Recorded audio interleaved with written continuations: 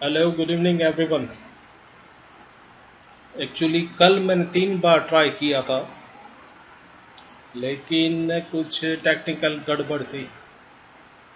मैंने कुछ सेटिंग में शायद चेंजेस किए, तो इसलिए रिकॉर्ड नहीं हो पा रहा था। तो आज ये सब सॉर्ट आउट हो गया।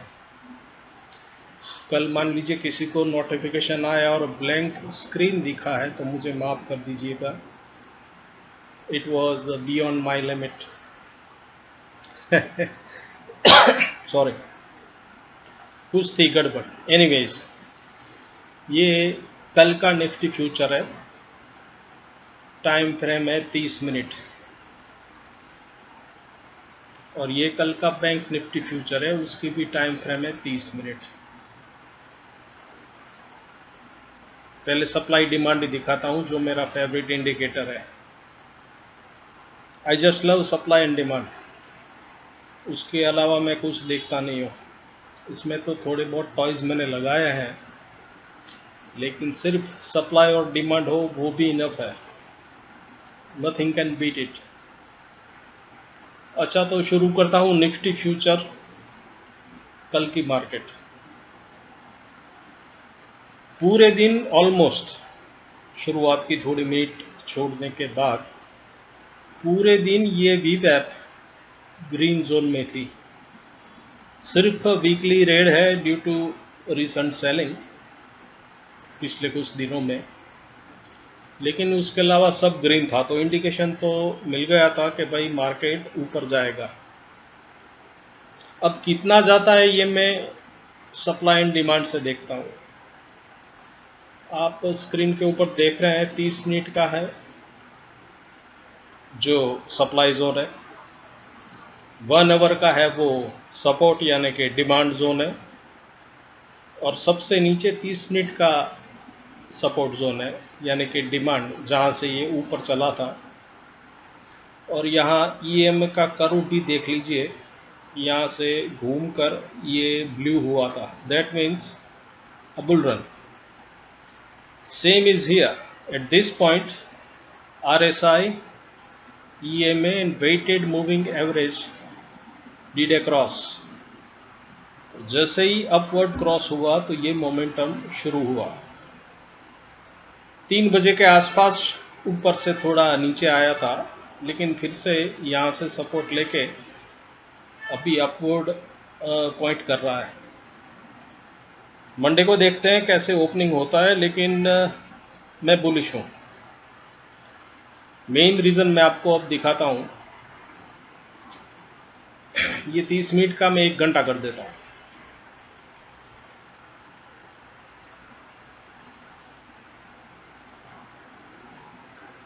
वीकेंड है इसलिए शायद टाइम लग रहा है थोड़ा लोड होने में।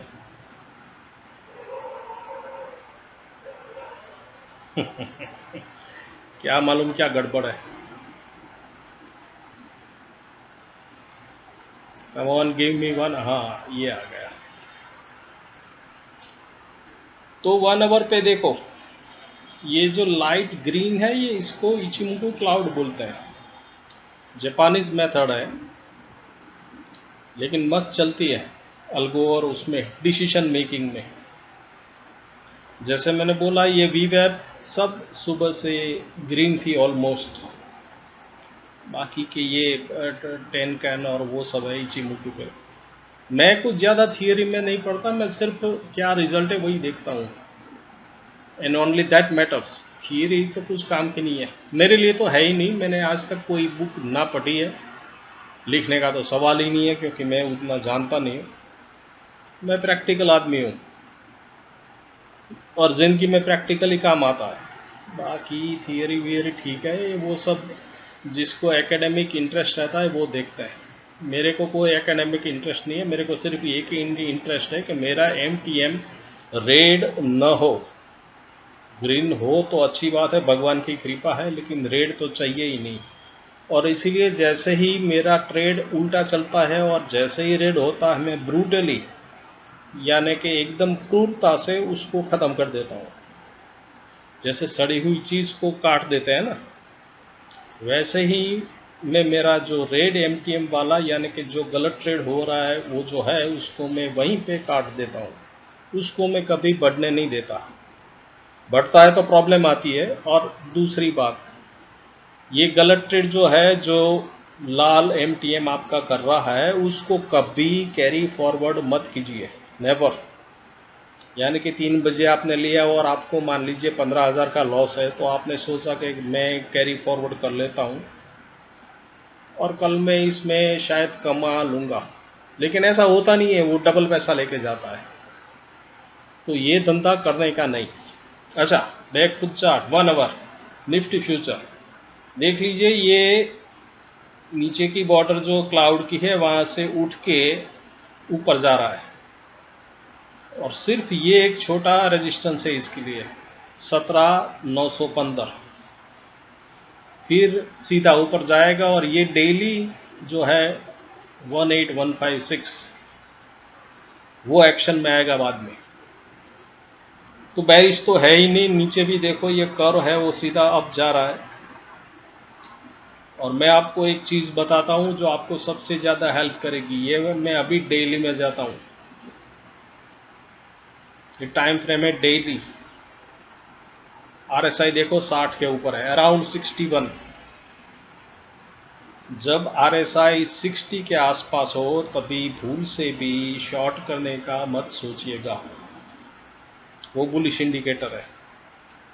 और एक ही चीज़ मैंने पूरी ज़िंदगी में पढ़ी है, वो है RSI। बाकी का मैं कुछ है वो प्रैक्टिकल से सीखा हूँ, लेकिन जो चीज़ मैंने सीखी है सालों तक वो है रिलेटिव स्ट्रेंथ इंडिकेटर।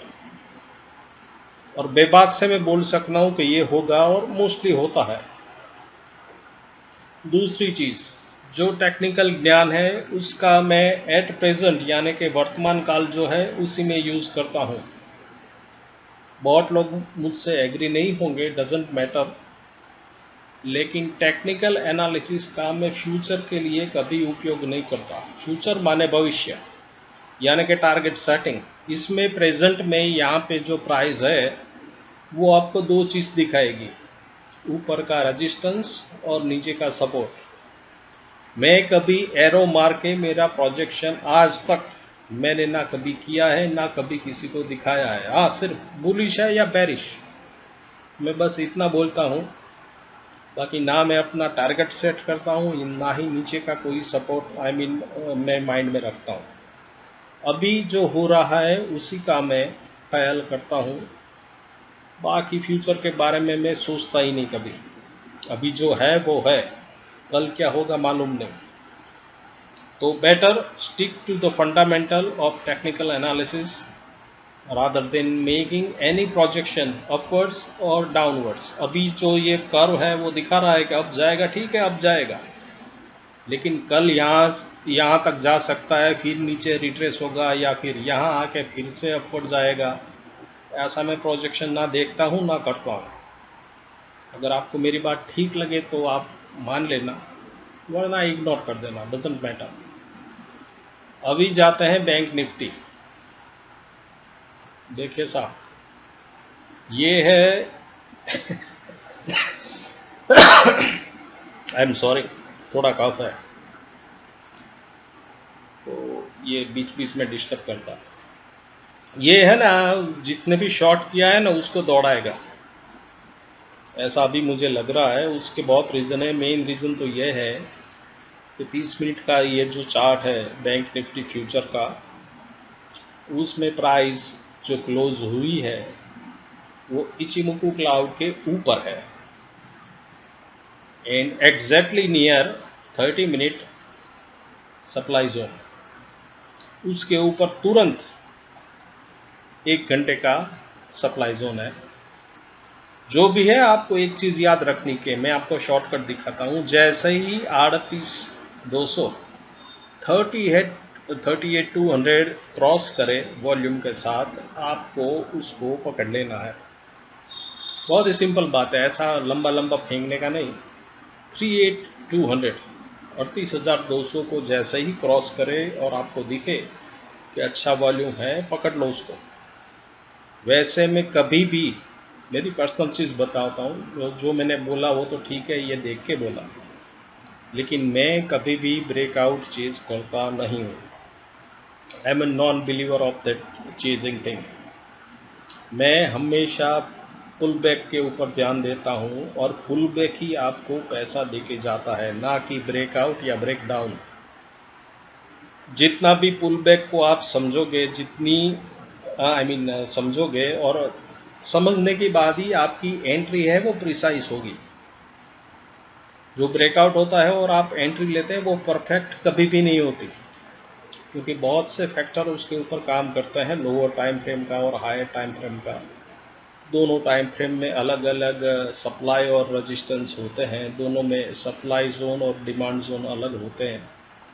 तो इसीलिए जब भी आप ब्रेकआउट चेस करते हैं और फेलियर का चांसेस ज़्यादा रहता है, बेहतर ये है कि आप पुल बैक रैली जब भी आती है, ऊपर से नीचे या नीचे से ऊपर, आप पुल बैक को देखना सीख लीजिए, और वो आपको सबसे ज़्यादा पैसा दे के जाएगा।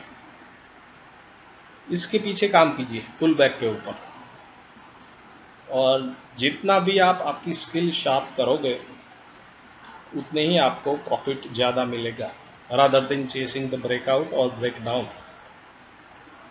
सबसे पहला की फैक्टर ये है कि मॉर्निंग में जब भी मार्केट खुलने वाला होता है उसके 2 घंटा पहले मैं डेली टाइम फ्रेम लगा के ब्लैंक चार्ट रख के सिर्फ एक चीज़ चेक करता हूँ, वो है RSI, जो 60 के आसपास है अभी।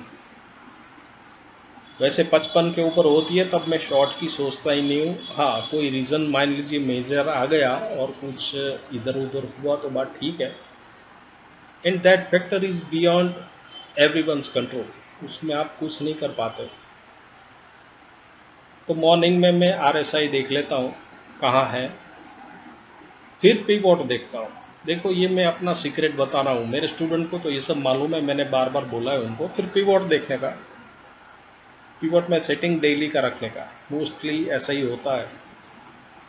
और नोट कर ले कि ये वैल्यू कि भाई पिवोट किधर है, R1 किधर है, R2 किधर है।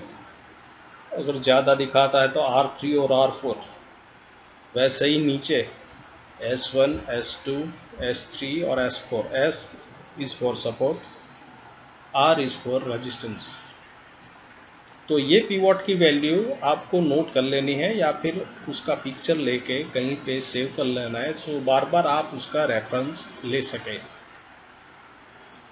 तो RSI और पिवोट, अगर आप एक्सपर्ट है और आपने सालों तक मेहनत की है तो बाकी ये दो चीज़ के अलावा कुछ भी नहीं चाहिए।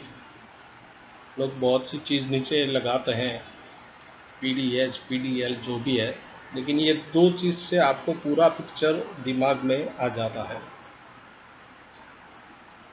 तो 30 मिनट है अभी, 30 मिनट पे इचिमोकू के ऊपर है, very near to 30 minute supply zone and not very far from 1 hour supply zone.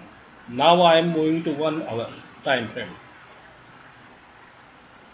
देख लीजिए साहब, 1 आवर का ये रेजिस्टेंस आपको दिख रहा है, सप्लाई जोन, जो पहले 30 मिनट के ऊपर था, अभी 30 मिनट निकल गया, 1 घंटे का टाइम फ्रेम कर लिया, तो ये आपको क्लियर पिक्चर है। जैसे ही ये क्रॉस करता है अगेन सॉरी, देखो ये है 38179, मैंने आपको 38,200 बोला राउंड फिगर। ये जैसे ही जाएगा तो सीधा डेली जोन है, डेली रेजिस्टेंस जोन या फिर डेली सप्लाई जोन, ये सीधा पिक्चर में और एक्शन में आएगा 38,300 से लेके 38,480 के आसपास। और मेन गेम शुरू होगा ये जब डेली का जोन है वो क्रॉस होने के बाद। वैसे प्राइस हमेशा डांस करती है जब डेली जोन आता है, ऊपर नीचे करके। आप अगर ऐसा सोचते हैं कि जैसा ही क्रॉस होगा तो मैं पकड़ लूँगा, नहीं, ये गैप अप ही होगा कभी भी। 1 दिन के बाद या 2 दिन के बाद इस जोन के आसपास ही प्राइस रखेंगे ये लोग, और फिर सीधा गैप अप कर लेंगे। इंट्राडे में नॉर्मली 2020 से ऐसी मूव कभी मैंने देखी नहीं है। 2020 से ये कॉन्स्टेंटली हम देख रहे हैं गैप अप गेम। अभी थोड़े टाइम के लिए गैप डाउन देखा, लेकिन मोस्टली उनको ये ठीक रहता है। जो भी है, मैं जानता हूँ ये क्या है, लेकिन उसके बारे में ज़्यादा हम बात नहीं करेंगे। ये पूरी गेम गैप अप और गैप डाउन की है, ये आप ज़रा दिमाग में रखिए। तो मस्त पिक्चर है on 30 minutes and 1 hour in bank Nifty. लिख लो, अगर तेज़ी आती है, RSI 60 के ऊपर है दोनों केस में, तो तेज़ी तो आएगी। सिर्फ इसमें नीचे है, देखना पड़ेगा डेली में जाकर।